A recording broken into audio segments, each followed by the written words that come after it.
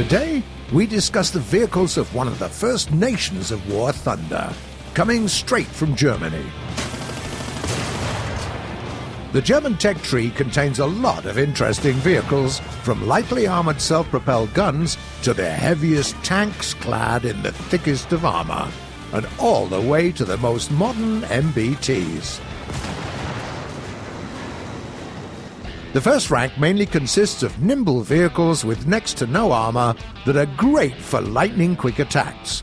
The PZK PFW-2C and F, the Flak Panzer I, the Flak Panzer 38T, as well as the premium Aufklärungspanzer 38T.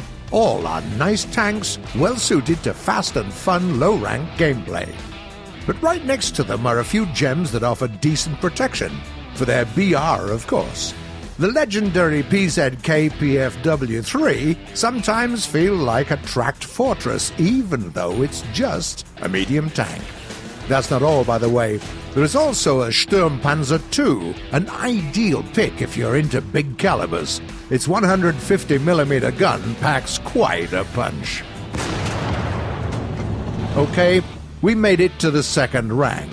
Say hi to a few vehicles that you're already familiar with, or rather, to their superior variants.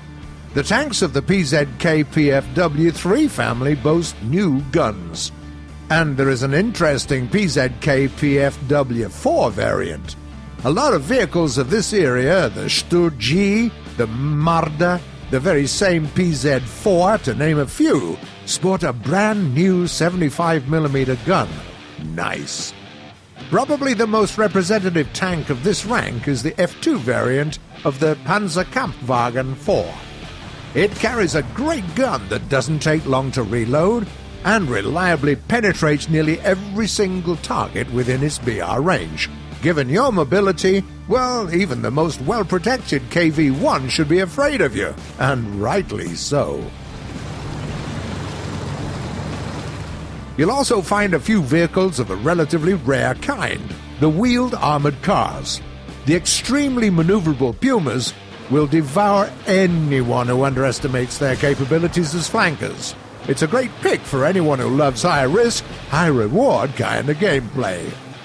Obviously, we can't leave without dropping a few words about this legendary half-track SPG. It features this monstrous 8.8cm Flak 37 cannon. Oh, yes. Yep, the gun that you'd expect to see on a Tiger at a slightly higher rank, let's put it this way. You get this heavy firepower at the cost of mobility, though, so don't get too cocky. There are a few excellent premium captured vehicles coming from the US and the USSR. And what do you think about this beauty? The Panzerwerfer, a half-track mounting 15cm Nebelwerfer rocket launchers, and carrying 10 15cm rockets. Just listen to the sound. Welcome to the third rank. There are quite a few variants of the vehicles that you've already mastered at this point. The Panzerkampfwagen 4 got some additional protection and a new gun. The Stug is succeeded by the Jagdpanzer 4, and the Panzerwagen 470, decent armor and excellent guns. What's more to like? At the same time, this era has a fair share of vehicles built with other design principles in mind. The Dicker Max, the Nashorn, the Sture Emil. These are classic glass cannons with amazing firepower and next to no armor.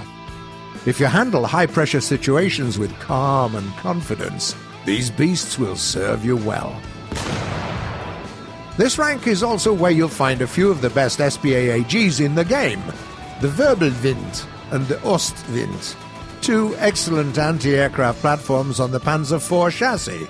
These two are versatile vehicles capable of spewing out a river of rounds, enabling them both to fight aircraft and ground vehicles with the same brutal efficiency. Speaking of brutal efficiency, take note. These are the Tiger H1, the Tiger E, and the Panther D. These are some scary big cats, let's put it this way. infamous high-power guns, fast reload speed, amazing armor, and decent mobility to boot. You'll have a lot of fun playing those, that's for sure. The premium lineup once again consists of many captured vehicles. There are former Soviet KVs, one of which was heavily modified by German engineers, and a Churchill captured from the British. And the Brumba. The Brumba deserves a few words on its own. If you like to make things go boom, that's just one of the best ways to do it. A 15-centimeter gun and good armor make for a deadly and fun combination. The fourth rank is all about decent armor and even punchier guns. There are 4 new Panther variants, with the Panther II leading the pack. Keep a lookout for the Panther A. It's arguably the best early variant of the tank. A long-barrel 75mm gun that doesn't take long to reload, and a good BR. It's pretty neat. It also can survive some hits, but never let an enemy see your sides. The Panther II is also something else. It's basically a really beefed-up Panther. It's still not a good idea to take hits, especially taking into account what kind of opponents you're going to face.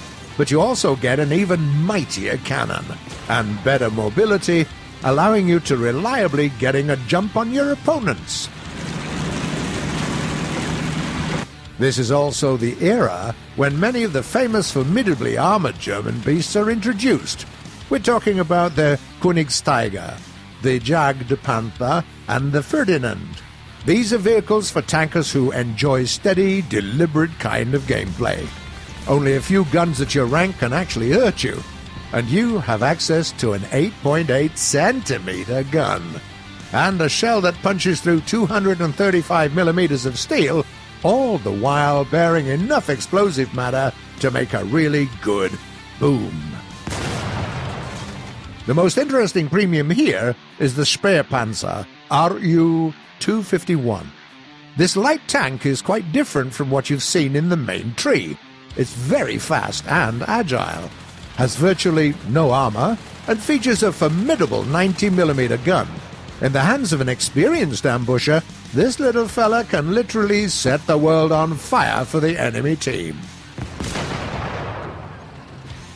The fifth rank is where we see an end of the glorious era of steel giants.